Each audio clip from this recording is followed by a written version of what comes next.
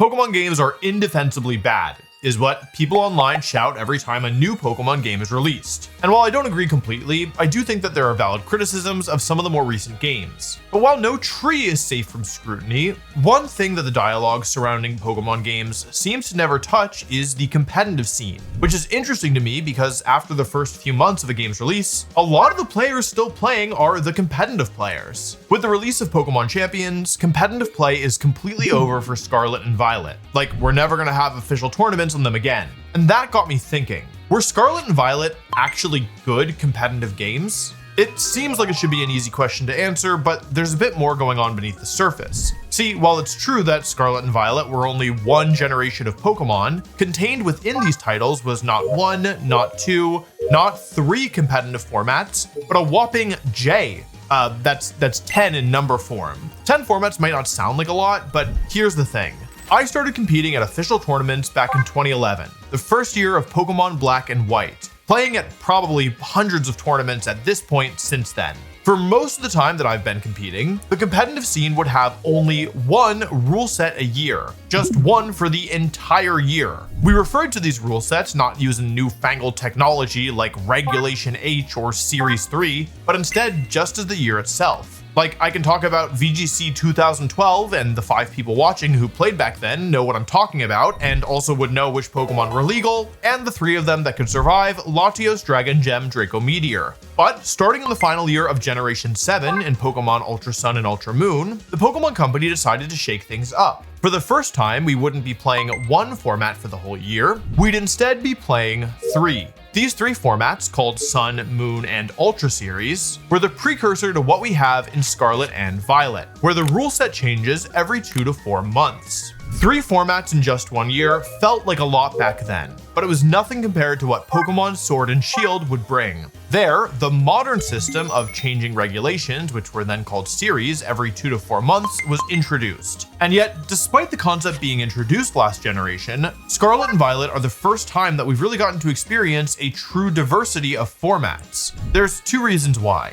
First, while Sword and Shield did have a total of 11 different series, which is technically one more than Scarlet and Violet, many of these series were nearly indistinguishable from one another, simply adding in specific Gigantamax forms, many of whom did not have a big impact. I'm sorry to all the Kingler fans. Of course, there were definitely some wildly different series, but players didn't really get to experience them because of the second reason, all events shutting down due to the global pandemic. When live events did return, there was only one single rule set that they used until Scarlet and Violet released. The one where Zacian was on like literally every team, making it effectively function like the older one format per year cycle. Maybe you're wondering what on earth all of this history has to do with whether or not Scarlet and Violet suck. And it is a valid question, so let me give you the answer plainly.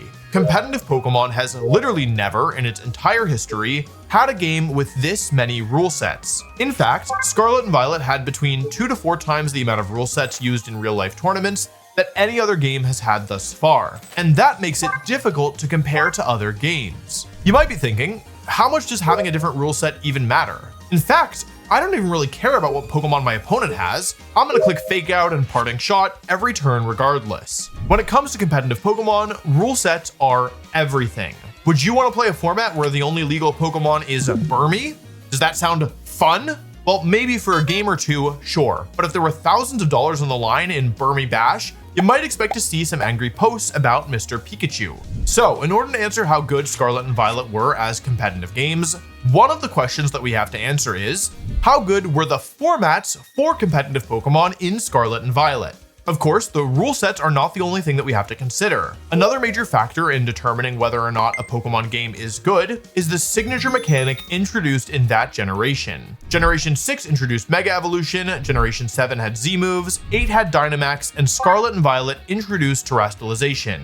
As the key and only special mechanic of these games, how good Terastalization was has a large impact on how much fun these games are to play. The last thing I want to talk about today is the Pokemon themselves, specifically the new Pokemon introduced in Generation 9. Part of what makes each new generation feel distinct from all the ones that came before it, and part of what gives that game its identity, is how good the new Pokemon are and how much fun they are to use. Formats, Terastalization, and Pokemon. These are the 3 main criteria that I'm going to focus on to figure out if Scarlet and Violet were actually good games. competitively, okay? Of course, whether or not a game is good is ultimately subjective to some extent. I think pretending otherwise is doing all of us a disservice. And also, I think it should be noted that like I am a competitive player, so my opinion might be different than like your average Pokemon fan. With all that being said, I'm going to do my best to talk about things as objectively as possible whenever I can. I really am trying to answer how good were these games, not how much did I, Wolf like these games. The easiest place to be objective is with Terastalization, and that's because we can compare it to the other signature mechanics that came before. Before we go any further, I'm going to say what we're all thinking. Terastalization is the worst mechanic from a visual standpoint. It looks the stupidest, and that's saying something because I thought that Dynamax would never be topped in that category. Moreover, Terastalization has the absolute least impact on a playthrough of any of the generational mechanics. Because it's super costly to change your Pokemon's Terra type, you're mostly just using it as a slight power boost at best. These factors combined with recency bias to make Terastalization one of the least popular mechanics among casual fans of the franchise. So, given this negative introduction, you may be surprised to hear that Terastalization was the single best mechanic for competitive play that we've had thus far. There's a few reasons for this. Terastalization allowed for immense skill expression in battle, and part of the reason is obvious when we compare it to Mega Evolution. With Mega Evolution, certain Pokemon can Mega Evolve to gain an immense power boost. But the thing is, only the 50 or so Pokemon with Mega Evolutions could actually use the mechanic. At least that's how many we had back in Ultra Sun and Ultra Moon, the previous time that Mega Evolution was legal. While there was some skill expression in battles with Megas, like sometimes you would intentionally delay Mega Evolving Pokemon like Mawile or Salamence or Kangaskhan, so you could have access to their base abilities, for the most part, you were Mega Evolving at the first possible opportunity. Now compare this to Terastalization. Because every Pokemon can Terastalize, every single turn you have to make a decision about whether or not you're going to use the once per battle mechanic now, or if you're going to need it later. Of course, Terastalization isn't the only mechanic that can be used by every Pokemon. Both Z-moves and Dynamax also allowed for flexibility. In theory, let's look at Z-moves. The way that they worked is they would basically double the damage of most moves, skyrocketing them to absurd power levels, but you could only use them once per battle. And this is important, you had to be holding an item called a Z Crystal in order to do it. Z moves were my personal least favorite mechanic, and in my opinion, they were also the worst for the competitive scene. Like Mega Evolution, they required your held item, so you couldn't use them in unfamiliar situations that you hadn't explicitly foreseen like you can with Terastalization. On top of this, while their impact on the battle was large due to their ridiculous damage output, their duration in the battle was very short. It was at most 2 moves, so at most 2 turns, and that was it. The battle was completely normal otherwise. And while it was nice that the mechanic could be used by every Pokemon, that was only true in theory. In practice, most Z moves were used as a delete button for the strongest Pokemon in the game. And so it only became worth it for 90% of the Pokemon holding a Z Crystal to be the Pokemon that were already dominating play thanks to their powerful offensive stats. A mechanic that, in theory, applied to every Pokemon, ended up primarily benefiting the top dogs. And that's in part because the balance between offense and defense was significantly skewed when it came to Z moves. While there were some Z moves that didn't do damage, like Z Destiny Bond redirecting attacks to the user and Z Trick Room raising a Pokemon's accuracy so they could then have a more accurate hypnosis, for the most part, these uses were few and far between. And my personal belief is that Pokemon realized that this much offense was an error, and they tried to fix it with the final mechanic before Terastalization, Dynamax. Dynamax addresses many of our previous issues directly. Unlike Mega Evolution, every Pokemon can Dynamax with only 3 exceptions. Unlike Z moves, Dynamax lasted for 3 turns per player, not for 1. Unlike both, you didn't need to give up your held item in order to Dynamax. Any Pokemon could do it at any time. And that's why, prior to Scarlet and Violet, Dynamax was the best competitive mechanic. But there were still a few problems, including one that Pokemon clearly tried to address. After learning from Z moves, it was clear that the signature mechanic of a generation should offer some defense as well as offense. And so, Dynamax Pokemon receive doubled HP for the duration of their transformation. However, they also receive a pretty sizable power boost, stacking stat boosts, and the ability to do damage through Protect. In the end, the offensive power benefits outweighed the defensive ones, and caused Dynamax to be used mostly to tear through an opponent's team rather than to bulk up in a pinch, though of course that did happen as well. Dynamax also did a better job of being good across all levels of Pokemon. even enabling some Pokemon that rarely saw play before, such as Durant, Rhyperior, and Seismitoad. However, as the power level rose higher and higher and more Pokemon were introduced into the game, it eventually ended up with the same problem that Z-moves had. You only ever wanted to Dynamax your strongest Pokemon. For example, on the popular Rinya Sun team, the team generally agreed upon as the best team in the final format of Sword and Shield / the best team for the entirety of Sword and Shield, 90% of the time, the player would only ever Dynamax Groudon or Charizard. Grimmsnarl and Incineroar would practically never Dynamax, Zacian cannot Dynamax, and Gastrodon was mostly used as a last resort. This rich get richer effect was not as prominent in the early formats when the power level was lower, but by the time the legendary restricted Pokemon were introduced, it was hard to justify Dynamaxing half of your team. And this brings us to Terastalization, which addresses every single one of the issues that the other mechanics had. Unlike Mega Evolution, every single Pokemon can Terastalize. Unlike Z-moves and Megas, you don't need to pay any additional cost in order to use the mechanic. Unlike Z-moves and Dynamax, there is no time limit on Terastalization. Your Pokemon can literally remain Terastalized for the entire battle if you can keep it alive. And unlike every other mechanic, Terastalization was a better defensive mechanic than an offensive one.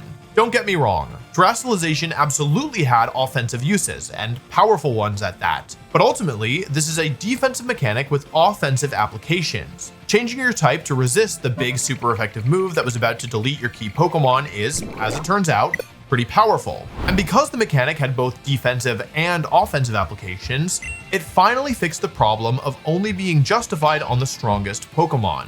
It was very rare that players could justify their once per battle mechanic on a supportive Pokemon like Incineroar or Amoonguss. You were basically never Dynamaxing these Pokemon, and Z-moves, it wasn't recommended, though you could do it.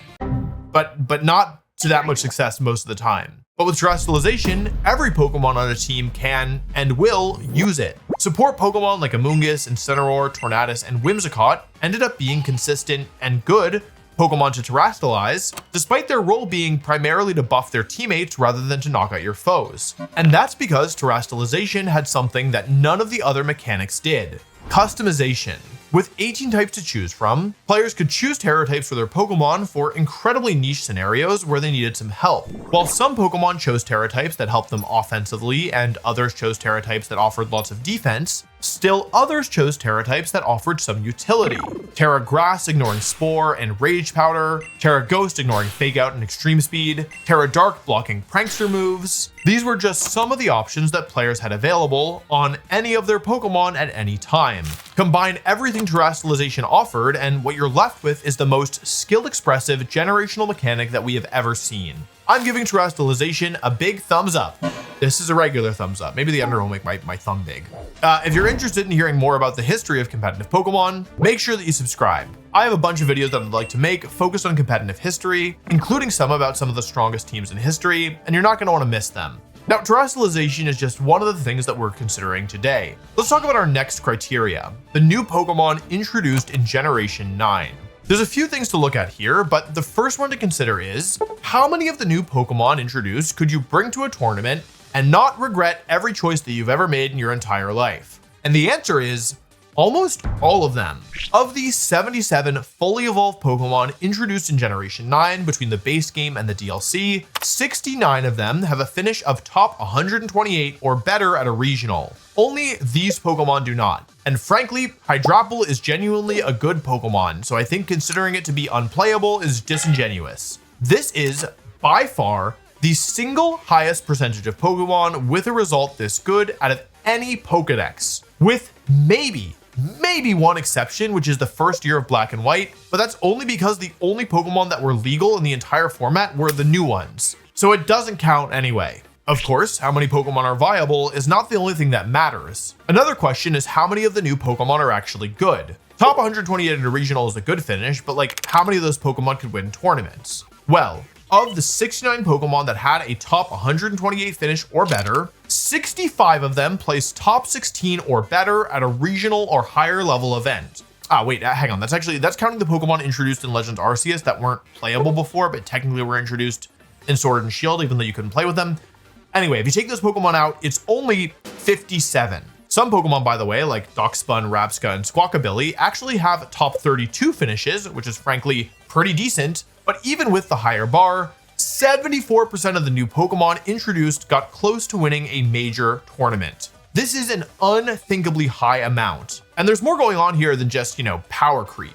I'm gonna say it. You're not gonna like it, but I am gonna say it. Game Freak is getting better at designing Pokemon. So much so that even the unremarkable Pokemon have some interesting things that they can do. I had my eye on Arboliva, for example, a Pokemon that never placed top 16 in an event, as a potential secret weapon for Worlds if we had continued playing in a low power level format. We'll talk more about this in a second, but the very first format of Scarlet and Violet, which is the lowest power level one with no legendaries and no paradox Pokemon, lasted for only 1 month of events, which is the equivalent of one event in the US and I think one in Europe as well. And this is the format where it was easiest for lower power Pokemon to shine. If we'd had this format for longer, even more Pokemon would have made it into the top 16 or better. Anyway, I was saying that it's not all power creep. In addition to better, more optimized design allowing for more Pokemon to contribute to battles, Terastalization also benefited weaker Pokemon by allowing them to get around their weaknesses that would have otherwise kept them out of competitive play. Okidogi has a 4x psychic weakness, but not after it's terastalized. Iron Valiant placed second at the World Championships, using a supportive disruption set, in part because it could afford to drop Protect, thanks to Terra Ghost keeping it safe from Fake Out.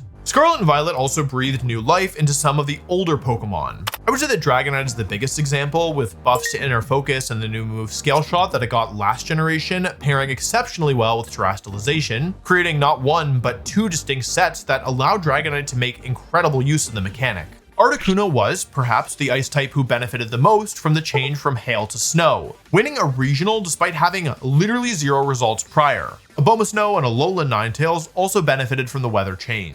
Cresselia's new signature move, Lunar Blessing, gave it exceptional synergy with Ursaluna, but also let it keep up for a time with the new, stronger Pokemon. These are, of course, just a couple examples. Lots of older Pokemon benefited from Generation 9 in some way, shape, or form. Scarlet and Violet also added multiple Pokemon that were really interesting to play. Palafin is one of my absolute favorite Pokemon because I think the trade-off is just so interesting. A Pokemon that starts out super weak and you have to switch it out in order to activate its full potential, that's sick. Agree?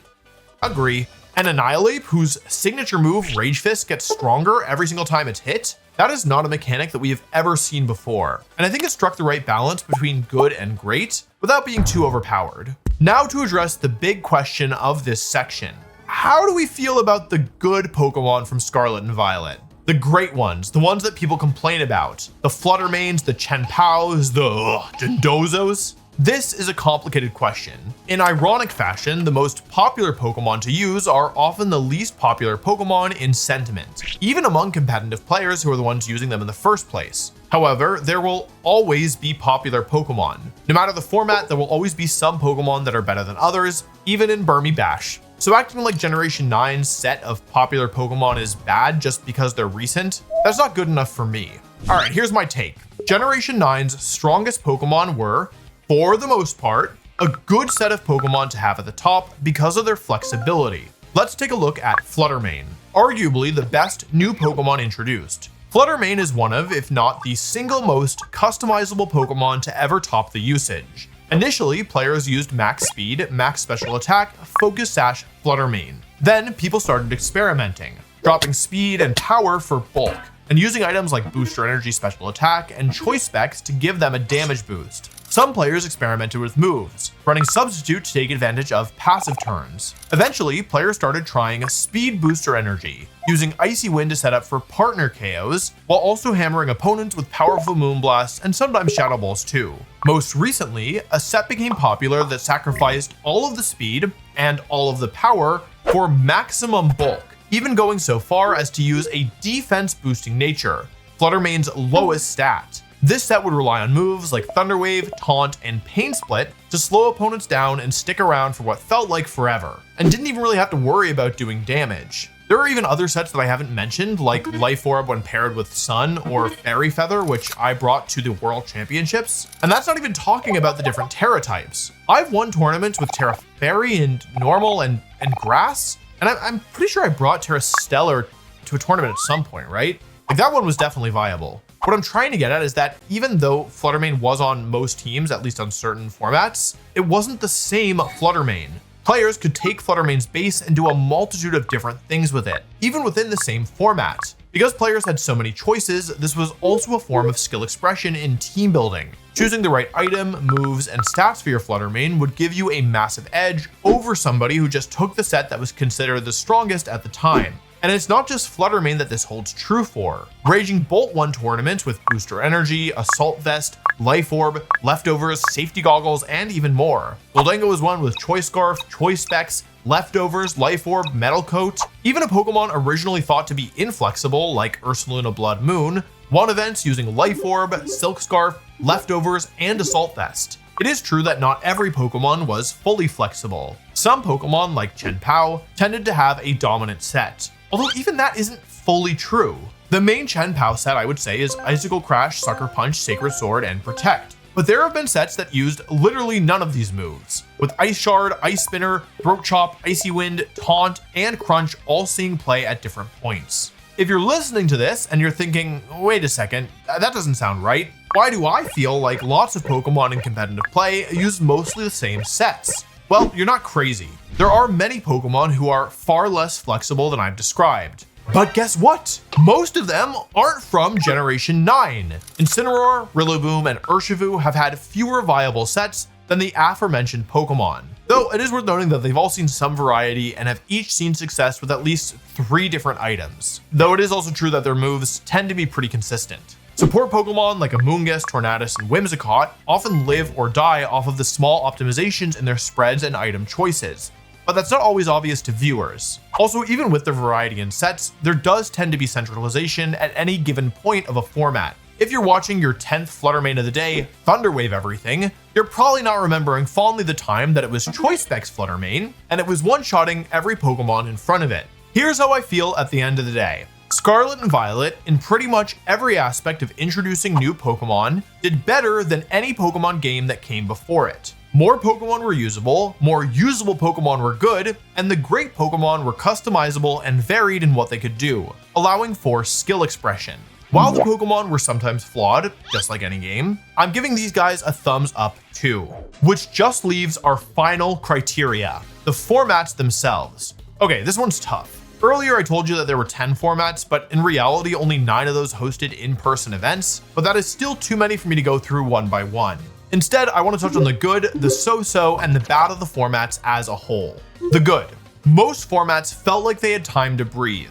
It felt like there was enough time given to the individual formats for people to figure out which Pokemon were good, optimize these good teams, and then counter these teams. It allowed the game to feel, for the most part, fresh to play. I also think that Scarlet and Violet's formats, for the most part, felt distinct from one another. In contrast to Sword and Shield, where I couldn't tell you what a single series was because they all kind of blend together, each new format of Scarlet and Violet added or removed enough Pokemon to feel distinct. Regulation C was the format that added only the 4 Treasures of Ruin. But despite only adding 3 Pokemon to the format, these Pokemon were so good that the strategies warped to accommodate them.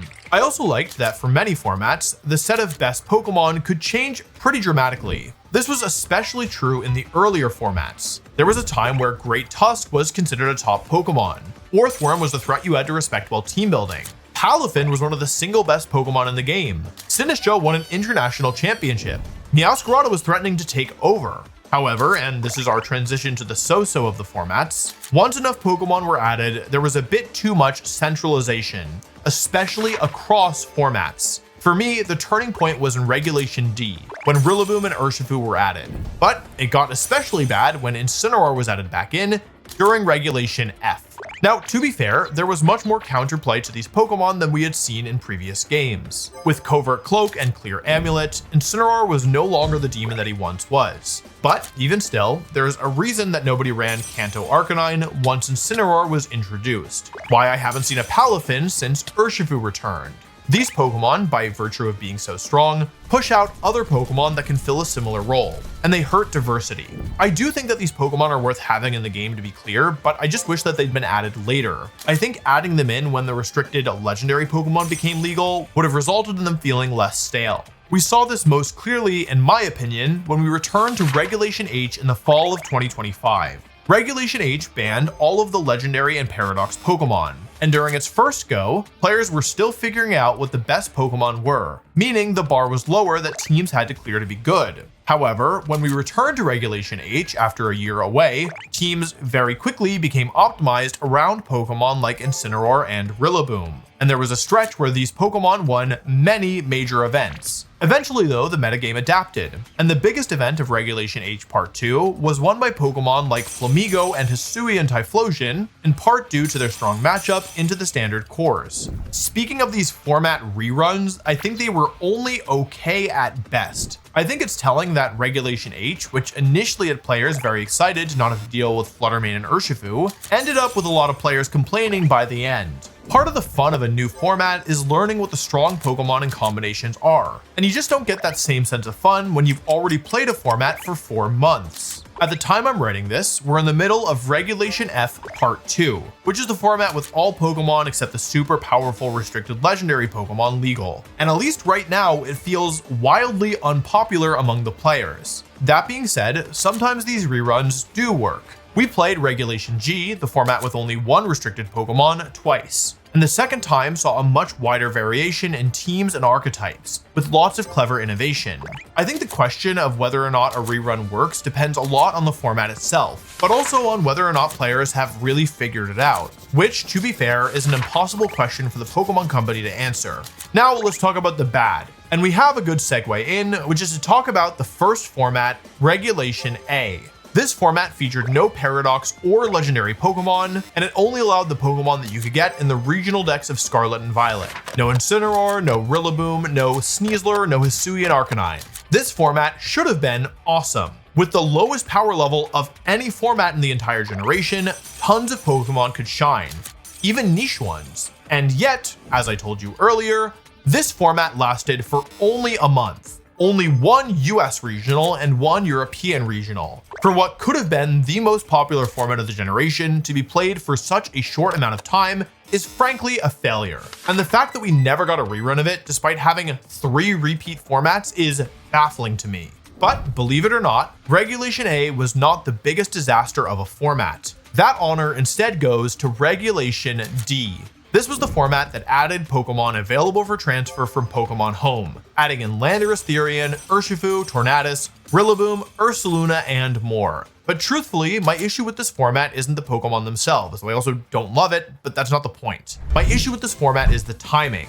The very first event of Regulation D was the 2023 Pokemon World Championships. Players were unable to attend a single official major real-life event beforehand because they didn't exist. This is in complete contrast to every other year's World Championships, all of which were the very end of a format, showcasing the players who had mastered it best over the months of tournaments throughout the year. Having the biggest event of the year be the first event of the format, while exciting, tested something else entirely.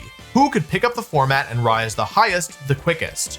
As a competitor, this was my least favorite world ever, and it added insult to injury that, if we followed the format cycle that every prior World Championship had used, we should have been playing Regulation A instead. I'm not sure how the Pokemon Company views this event, whether or not they consider it a success, but I am at least hopeful that they understood what a mess this rule set was, given that the following 2 World Championships switched to the format a few months ahead of the big event, allowing players to at least get acclimated. So, of the 3 criteria that I wanted to talk about, I think that the formats were the weakest aspect of Scarlet and Violet's competitive scene. But overall, I don't think that they were a disaster. Just, there's certainly some room for improvement. Okay, there's a 4th category that I think is worth mentioning briefly too.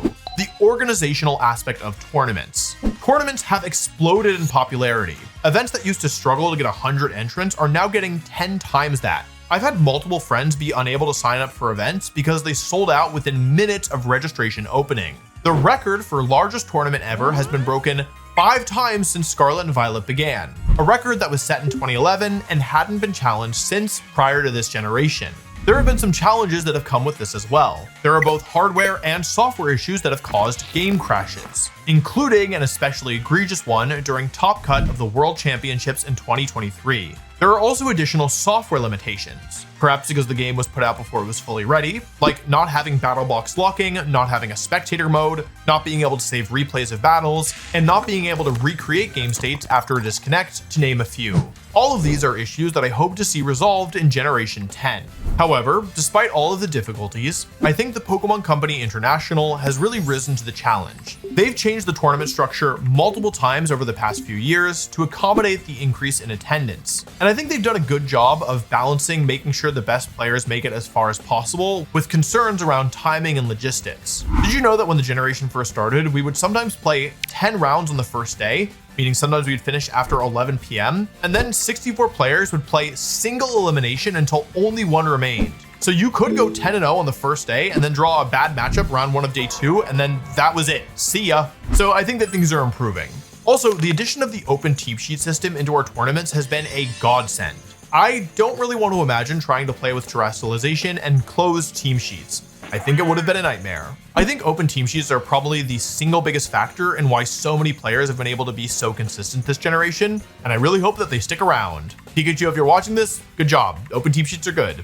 Okay, that's everything I have to say. Well, that's not everything I have to say, but it's everything I want to say in this video. Okay, I gotta be honest, my intention was for this video to be literally half of the length, but I think that's okay. If you've made it this far, I know what you want to know.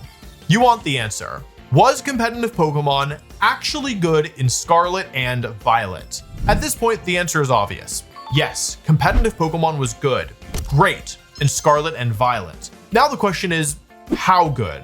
I've played every generation since Generation 5 in its entirety, and for me, there's a clear order. My personal least favorite generation was Generation 7, then Generation 6, then Generation 8, then Generation 5, and now the question. Where does Scarlet and Violet fall?